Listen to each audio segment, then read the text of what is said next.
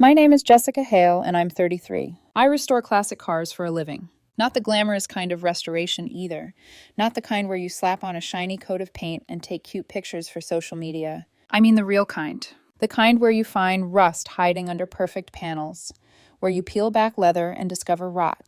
Where you learn, over and over, that the prettiest exterior can be a lie if the frame underneath is bent. People assume that because I work with engines and steel, I'm cold, tough, unfeeling. That's not true. I'm just practical. If a part is broken, you don't pretend it isn't. You don't hold it and hope it becomes whole through positive thinking. You take it apart, you look at the damage, and you decide whether it's worth fixing. That's how I approached love, too. Or at least, I thought I did. For 3 years, Elliot Carter felt like my best decision. He wasn't flashy. He wasn't the type to flood Instagram with couple goals photos or post-anniversary captions like he was campaigning for approval. Elliot was steady. He worked in corporate project management, organized, dependable, good at smoothing chaos into neat timelines. He liked clean plans, early mornings, and the idea of building a future that made sense. Our differences felt like balance. I was the grit. He was the polish. I built engines. He built the story people wanted to believe about us. And I believed it too. We weren't one of those couples where one person paid for everything and the other person floated through life like a decorative balloon. We split expenses. We planned together. We argued sometimes, sure, about dumb things like paint colors, dinner reservation, whether my shop hours were too much. But we always came back to center. We were a team. That was the story I told myself. And like any good story, it had one recurring shadow that never quite left the edge of the frame. Brooke Lang, Elliot's ex-girlfriend. I never met her officially. Not really. She existed like a ghost with perfect timing. A comment under a photo. A random text on his birthday. A name that slipped into conversations like it belonged there. Elliot always had an explanation ready, polished and smooth. History, Jess. It's nothing. She's a closed chapter. And I'm a woman who values trust the way I value torque specs. You don't guess. You don't improvise. You either have it or you don't. So I trusted him. That was my mistake. The night before the wedding, we followed the tradition. Separate nights. I didn't love it. I liked having Elliot next to me, even if we were both too excited to sleep. But everyone insisted. Family, friends, even our officiant, like it was some sacred rule that guaranteed a happy marriage. So Elliot went out for a quiet night with his groomsmen. He promised it would be low-key. A couple drinks. A toast. Home early. His sister Vanessa was with them.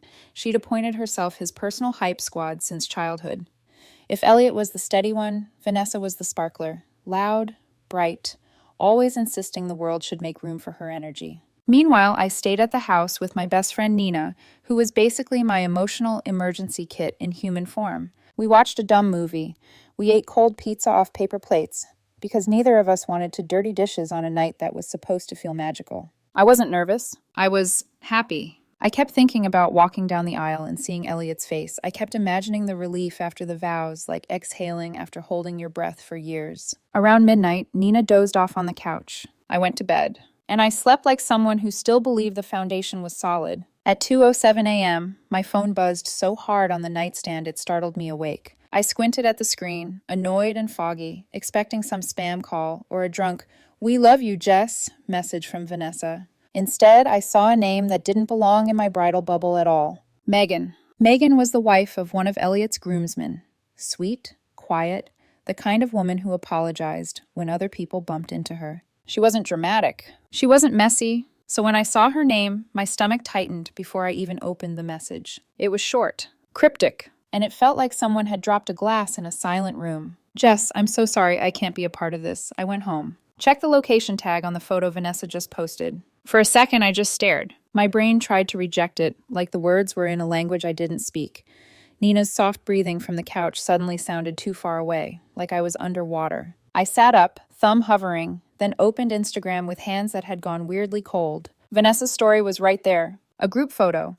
Elliot in the center, arm thrown around one of his friends, everyone holding shot glasses like they were celebrating freedom instead of the commitment he'd begged me for. The caption was in Vanessa's usual style, loud and smug. "One last night of freedom for my brother." Under it, small but deadly, was the location tag. I clicked it, and my chest tightened so fast it felt like my ribs shifted. Because I knew that bar. Not because Elliot and I went there. Because Brooke lived 2 blocks away. My mind scrambled for explanations. Coincidence. Vanessa picking a random place. Elliot being too drunk to notice. But Megan's message wasn't a joke. It wasn't gossip. It was remorse, like she'd seen something she couldn't unsee. I got out of bed without turning on the lights. Pulled on jeans, a sweatshirt, shoes with no socks. My movements were sharp, mechanical, like my body had switched into emergency mode while my heart lagged behind, confused and begging. I heard Nina stir as I grabbed my keys. "Jess?" Her voice was thick with sleep. "What's going on?" I didn't want to say it out loud. If I said it, it would become real. "I'm just going for a drive," I whispered. Nina sat up, blinking. "At 2 in the morning?" "Go back to sleep," I said too quickly, too flat. She watched me for a second, like she could tell something was wrong but didn't know where to grab it. "Text me," she said. I nodded. I didn't drive to the bar. Not at first. I told myself I was being smart, that walking into a crowded place with drunk people and loud music would only give Elliot room to twist the story. So I drove straight to the place I didn't want to imagine. Brooke's apartment building. The streets were quiet, too quiet, like the city itself was holding its breath. The streetlights painted everything in pale gold, and my headlights swept across parked cars like a slow searchlight. Then I saw it. Elliot's car. Parked right out front. There was no doubt. Not because it was a unique model or some fancy thing. Elliot drove a practical sedan, the kind that blends in. But I knew it the way you know a scar on your own skin. A small dent on the rear bumper from the time he backed into a concrete post 6 months ago and laughed it off like it was nothing. That dent caught the streetlight and stared back at me like proof. My hands locked on the steering wheel. I didn't get out. I didn't call him. I just sat there, engine off, breath shallow, silence screaming. And slowly, horribly, I felt a strange calm settle over me. It was the same calm I feel when I strip down a car and find rust where someone tried to hide it with paint. The disappointment is sharp, yes, but it's immediately replaced by clarity. Because once you see the damage, you can't pretend the car is fine. Once you see it, the only question left is what you're going to do about it. I looked up at Brooke's building. Windows dark. No movement. And still, Elliot's car sat there like an accusation. I checked my phone. No messages. No, I'm on my way home. No, I fell asleep at my friend's place. Nothing. An hour passed. Maybe more. Time stopped behaving like time and became something thick and heavy, like oil that didn't want to pour. Finally, I started the engine again. The sound was loud in the quiet street, and for a second I expected someone to come running out. Elliot, embarrassed, scrambling for excuses.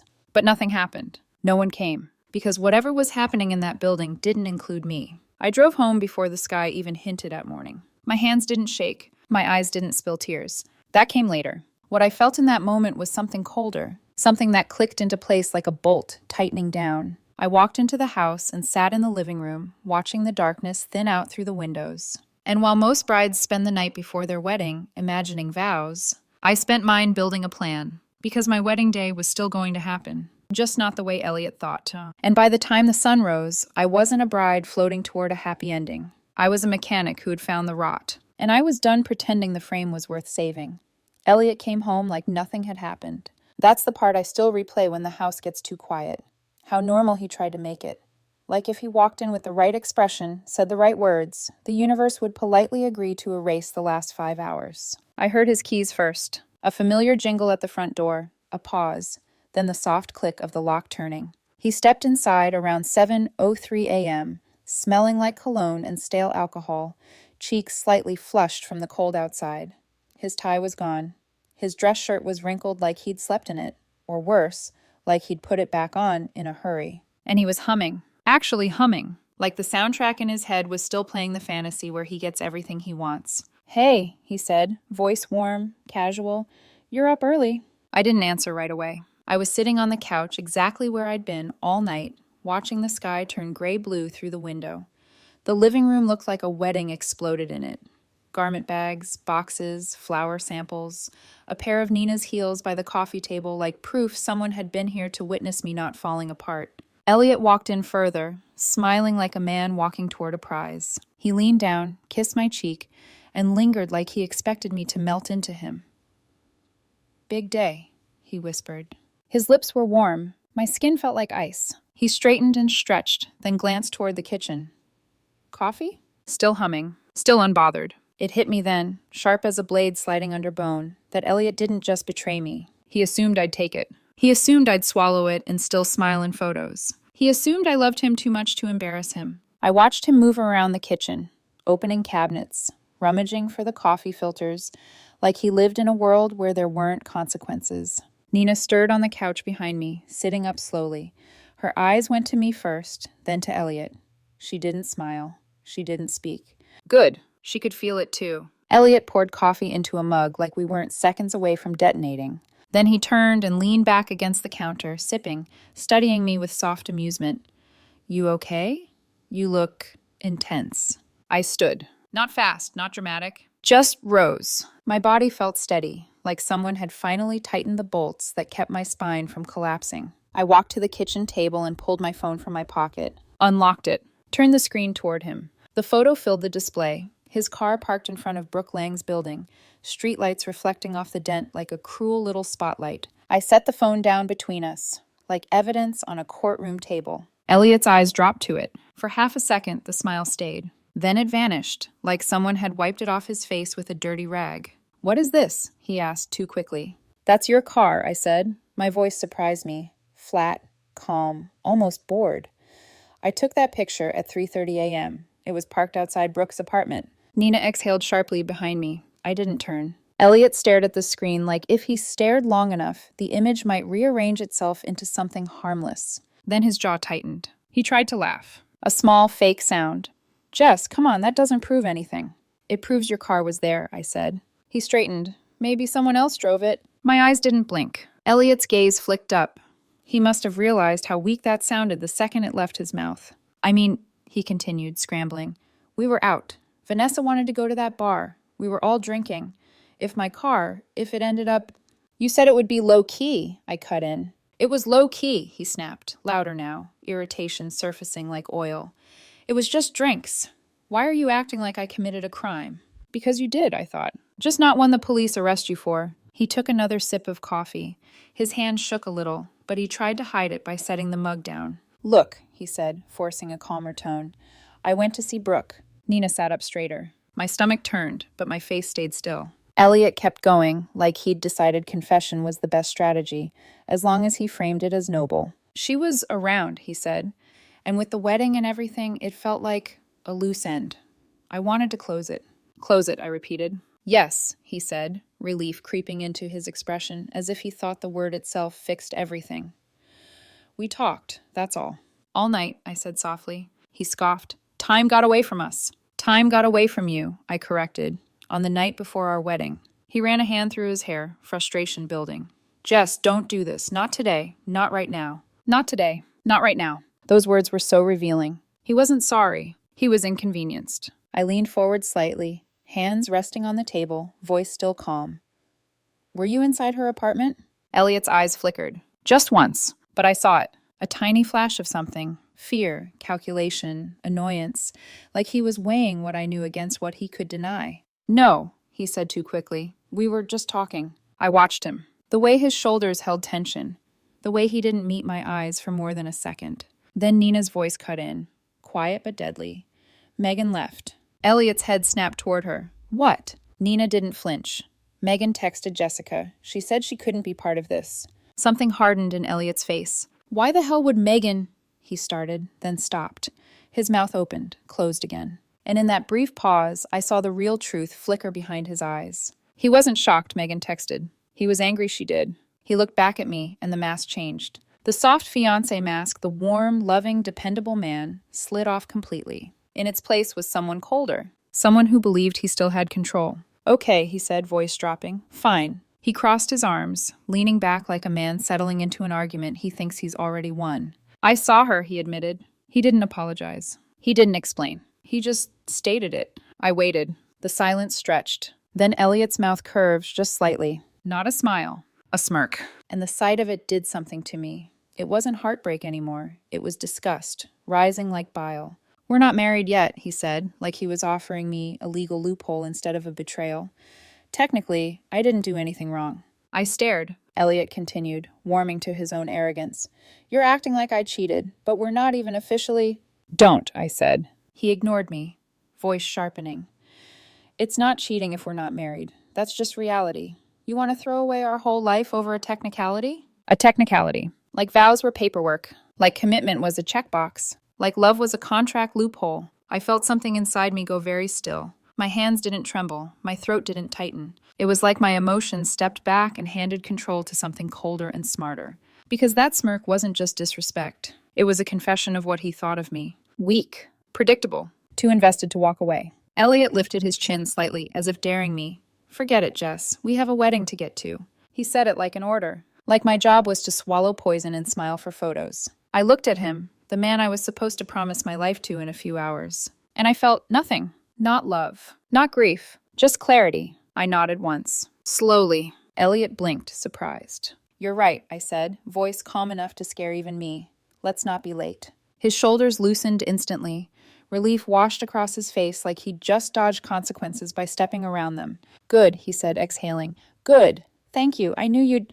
He stopped himself, catching the implication. I smiled then. Not a happy smile. A small, controlled curve of my lips. Because he had no idea what my words really meant. He thought I was surrendering. He thought the smirk worked. He thought I was going to show up, play the bride, and let him build a life on rot. Elliot reached for his mug again, satisfied. Behind him, Nina's eyes met mine. I saw the question there. What are you going to do? I didn't answer out loud. I didn't need to. Because in my head, the plan had already tightened into place. The wedding was still happening. The guests would still come. The music would still play. But Elliot Carter wasn't walking away with a wife. He was walking into a room full of witnesses. And for the first time since 2:07 a.m., I felt something almost like peace. Not because it hurt less. Because the uncertainty was gone. The rust had been exposed. And now it was time for the demolition.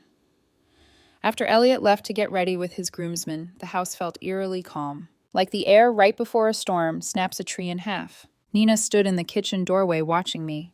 Jess, tell me you're not just going to humiliate him and then still marry him. I looked up from my laptop. I'm not humiliating him, I said quietly. I'm correcting the narrative. Her eyebrows lifted slightly. Good, she understood. Because this wasn't about rage. If I were acting out of rage, I would have screamed, thrown something, called Brooke, and torn her apart, word by word. But rage is messy. And Elliot thought I was messy when emotional. So I chose precision instead. The first call I made was to the wedding venue. Hi, this is Jessica Hale, I said smoothly. We have a small change to the ceremony schedule. The event coordinator sounded cheerful, oblivious. Of course, what do you need? The video montage, I said. Instead of playing during the reception dinner, I want it shown during the ceremony. Before vows. It's a surprise for the groom. She laughed. Oh, he's going to love that. I muted my smile. Yes, I said softly. He is. Then I emailed her the new file. The original montage. 3 years of smiling selfies, beach trips, holidays, our engagement moment at the lake, sat untouched in a folder on my desktop. The new video had taken me less than 2 hours to build. I've restored engines in worse condition. After Elliot left, I logged into our shared phone account. What I found wasn't a drunken mistake. It was months. Months of texts with Brooke. Not friendly ones. Not nostalgic ones. Explicit ones. Strategic ones. The kind that make you realize you weren't in a relationship. You were in a setup. Once we're married, everything will be easier. She doesn't suspect anything. The house is perfect. Just have to get through this. The house. The house my parents had gifted us. A fully paid-for property. Deed set to transfer to both of us after the wedding. I scrolled, numb, absorbing each line like evidence in a case I hadn't realized I was building. The worst message wasn't sexual. It wasn't romantic. It was practical. Brooke. And after you're legally tied, what's the timeline? Elliot. A few months, enough to avoid suspicion. Then we grow apart. She'll never see it coming. I stared at the screen for a long time after that. Not crying. Just memorizing. Because suddenly the smirk made sense. He hadn't been afraid of losing me. He'd been confident I was a stepping stone. I exported the text threads, screenshots, dates, timestamps. Then I placed them carefully into the video timeline. The montage opened softly, with piano music, romantic and familiar. The first image wasn't us. It was Elliot's car parked outside Brooke's apartment. Then the messages faded in, line by line, set to the same sentimental soundtrack originally meant to celebrate our love. It was cruel. Yes, but it was true. And truth is only cruel to people who depend on lies. The second call I made was to the bank. I froze the joint savings account we'd been using for wedding expenses. I placed fraud alerts on my personal credit. If Elliot thought this was just emotional betrayal, he underestimated me again. The third call was to my parents. My father listened without interrupting. When I finished, there was a long pause. Then he said, steady and firm, "Come home after the ceremony, no matter what happens." My mother's voice cracked when she spoke.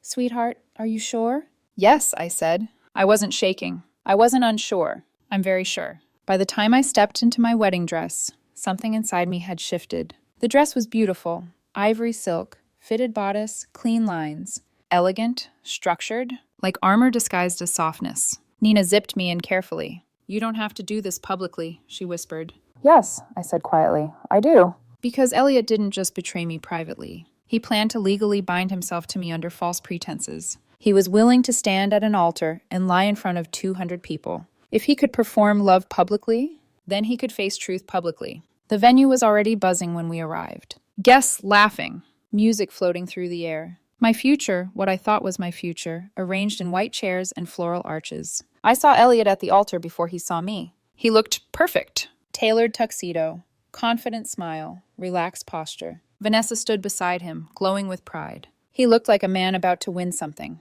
When his eyes finally met mine, he smiled warmly, like nothing had cracked, like the smirk from that morning had never existed. The music started. I walked down the aisle slowly. Each step felt measured, intentional. I didn't look at the guests much. I couldn't. Their joy felt almost painful to witness. I reached the altar. Elliot took my hands. They said you almost canceled the montage, he whispered playfully. What's the surprise? You'll see, I replied. His grip tightened affectionately. The officiant began. He spoke about love, trust, partnership. Each word felt heavier than the last. When he reached the part where we were supposed to begin vows, I lifted my hand gently. Before we do that, I said clearly, turning toward the guests, I prepared something for Elliot. A murmur of delight passed through the crowd. Vanessa beamed. Elliot chuckled. Jess, you didn't have to.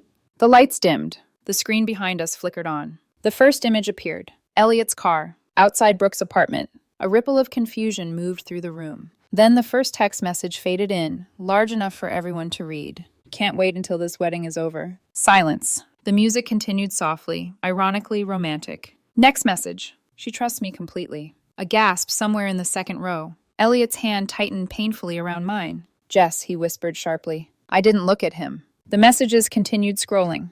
Detailed. Time-stamped. Undeniable. Brooke's words. Elliot's replies. The plan. The house. The timeline. The betrayal wasn't implied. It was documented. Vanessa's face drained of color. Elliot's breathing changed. Short, uneven. No, he muttered. Turn it off. But it kept playing. The final message filled the screen. It's done. She has no idea.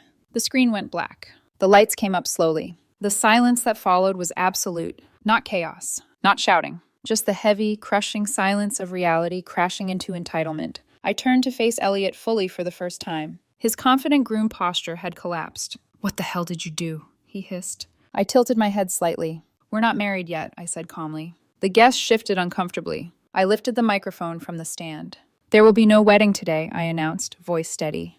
As you've seen, the groom had alternative plans. Someone in the back whispered, "Oh my God." I continued, "My family and I have paid for the reception. Please stay. Enjoy the food, the music.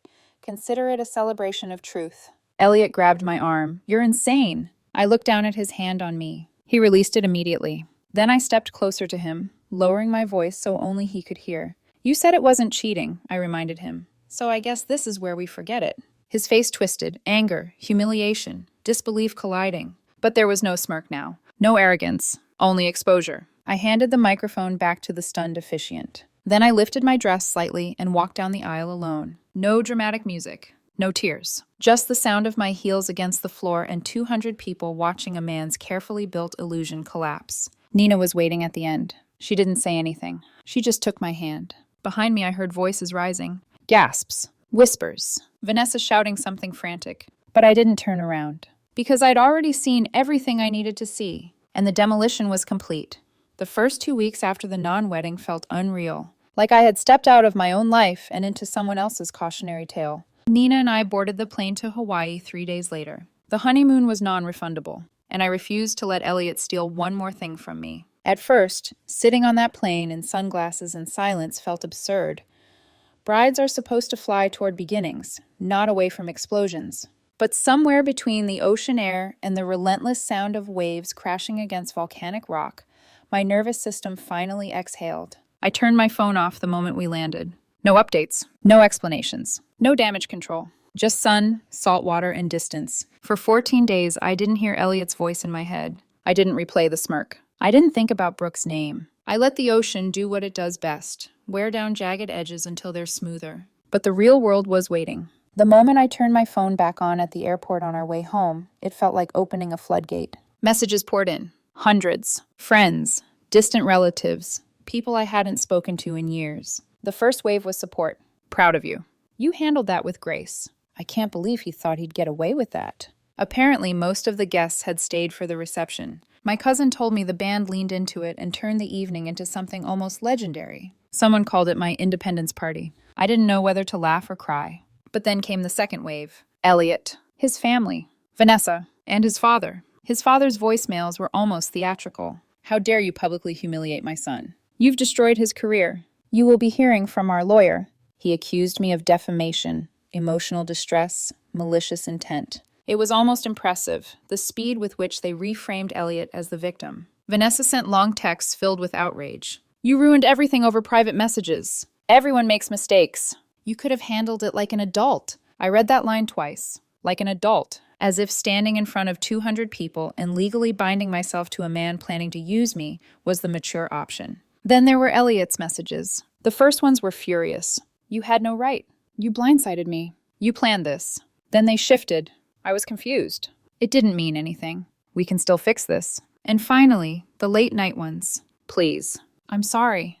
Talk to me. Single words sent at 2 a.m. The same hour I'd been sitting outside Brooke's building. I didn't answer a single one. Instead, I hired a lawyer. A very calm, very sharp woman who specializes in financial disputes and what she calls romantic fraud adjacent situations. She read the messages, watched the ceremony video, and smiled slightly. He's lucky you only embarrassed him, she said. Her letter to Elliot's father was concise. 1. There was no defamation. Everything shown was verifiable fact, supported by digital records. 2. I was not responsible for their emotional distress. Actions have consequences. 3. Attached was an invoice. The venue, catering, flowers, band, deposits, non-refundable honeymoon portion. The total came to just over $52,000. The contract clause was clear. If cancellation resulted from one party's fault, that party was financially responsible. She argued quite convincingly that a groom maintaining a months-long affair and plotting financial deception constituted fault. And then she added one more paragraph. Evidence suggested premeditated financial manipulation following marriage. If pursued legally, we would counterclaim under attempted marital asset fraud statutes. The threat stopped immediately. Silence from Elliot's father. Silence from Vanessa. Silence from Elliot. It turns out arrogance evaporates quickly when confronted with paperwork. The social fallout was devastating. Not for me, for him. You can spin rumors. You can manipulate narratives. But you can't spin a 12-foot projection screen with time-stamped receipts. Elliot's office colleagues had attended the wedding. Clients had attended. His professional reputation, built on trust and reliability, suddenly had cracks. Brooke didn't escape either. What none of us knew until after the ceremony was that Brooke had been casually dating someone else, a man who had no idea she was planning a future with my fiancé. One of the guests recognized him and sent him the video. I heard through mutual acquaintances that Brooke's situation unraveled just as quickly. Entitlement rarely expects exposure. The house was the final piece. The deed had been structured to transfer to Elliot and me after the marriage license was filed. Since that never happened, the house remained legally in my parents' and my name. We sold it. Cleanly. Efficiently. The profit went straight into my business expansion fund. Elliot had no claim. The dream home he and Brooke had casually discussed inhabiting someday became just another asset they miscalculated. His mother attempted one final move, calling my mother. I happened to be there when the phone rang. I watched my gentle, soft-spoken mother straighten her back as she listened. Then she said something I will never forget. Your son humiliated himself. My daughter simply refused to participate. And she hung up. After that, the silence settled in. Not explosive, not dramatic, just absence. No more late-night apologies. No more legal threats. No more smirks. For the first time in months, I felt like the noise in my life had finally died down. The demolition was over. Now came rebuilding. And rebuilding is something I've always been good at. Stop! Continue, part 5. The Quiet Revenge. It has been 6 months. Long enough for the whispers to quiet down. Long enough for shock to turn into legend. In a town this size, what happened at my wedding didn't just disappear. It became a story people tell at dinner parties. Aren't you the bride who... Yes, I am. And strangely, I'm proud of it. Because what most people don't understand is that the ceremony wasn't the revenge. It was the correction. The real revenge came afterward. Quietly. Steadily. Without an audience. 2 weeks after we sold the house, I expanded the shop. Not dramatically, not recklessly. Strategically. New equipment, a second lift, a small office renovation that made the place feel less like a dusty warehouse and more like a future. There's something deeply therapeutic about restoration work. You strip a car down to its skeleton. You confront the damage. You decide what's salvageable. And you rebuild only what deserves to exist. That process mirrored my life in ways I didn't expect. I didn't rush into dating. I didn't rush into proving I was fine. I let myself sit in the quiet. And the quiet wasn't empty. It was peaceful. About 2 months after the non-wedding, I ran into Megan at a coffee shop downtown. She froze when she saw me. I walked over first. You don't have to look like I'm going to throw something at you, I said gently. She laughed nervously. I wasn't sure if you hated me. I blinked. For warning me? She exhaled, relief softening her shoulders. I lost Elliot and Vanessa as friends. They weren't friends, I replied. She looked down at her cup. Jess, that night, they were laughing. I didn't react outwardly. But inside, something tightened. Laughing how? I asked calmly. She hesitated, then said it. They said you'd never walk away, that you were too invested, too proud to cancel everything. The words landed without shock, because I already knew. The smirk had told me everything. Elliot hadn't just betrayed me. He'd calculated me. He believed I would choose embarrassment over self-respect. He believed I'd choose appearance over truth. And when I didn't, his entire worldview cracked. Megan's voice lowered. Vanessa kept saying, she'll forgive him. She always does. I smiled faintly. I won't, I said, and I haven't. As for Elliot, I've had no direct contact with him. But information travels. His father never pursued legal action. The invoice and counterclaim threat ended that performance quickly. From what I've heard, Elliot moved back in with his parents for a while. His job became complicated. When your entire professional identity revolves around reliability and integrity, and there's a viral wedding video circulating quietly through corporate circles, conversations change. Brooke disappeared from the social scene almost entirely. I heard their relationship didn't survive the exposure. Funny how romance fades when it's no longer secret. The most telling detail? Elliot apparently tried to explain it as a misunderstanding. But no one misunderstands timestamps. No one misunderstands planning.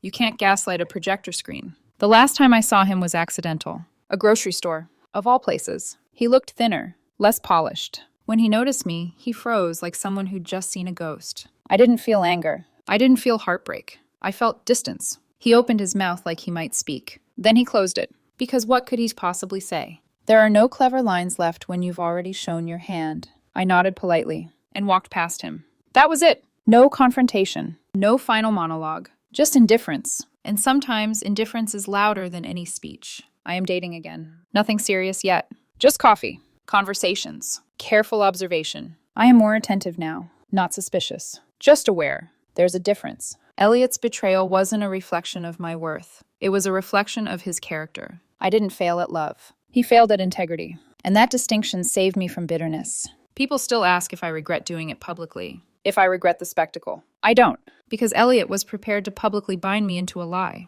He was willing to stand in front of 200 witnesses and promise loyalty while planning departure. If he could perform deception publicly, he could face truth publicly. The ceremony wasn't rage. It was consequence. He thought he held all the cards. He never realized the table belonged to me. And when I flipped it, he didn't just lose the game. He lost the illusion that he was untouchable. Sometimes, late at night, I think about that moment in my truck. The dent in his bumper glowing under streetlight. The silence pressing in. If I had driven home and chosen denial, my life would look very different right now. But I didn't. I listened to the silence. I trusted the evidence. And I chose myself. Elliot thought he was closing a chapter with his ex that night. Instead, he closed the entire book on the life he planned to steal. As for me, I'm on a new road now. In a car, I rebuilt myself. And this time, I checked the frame first.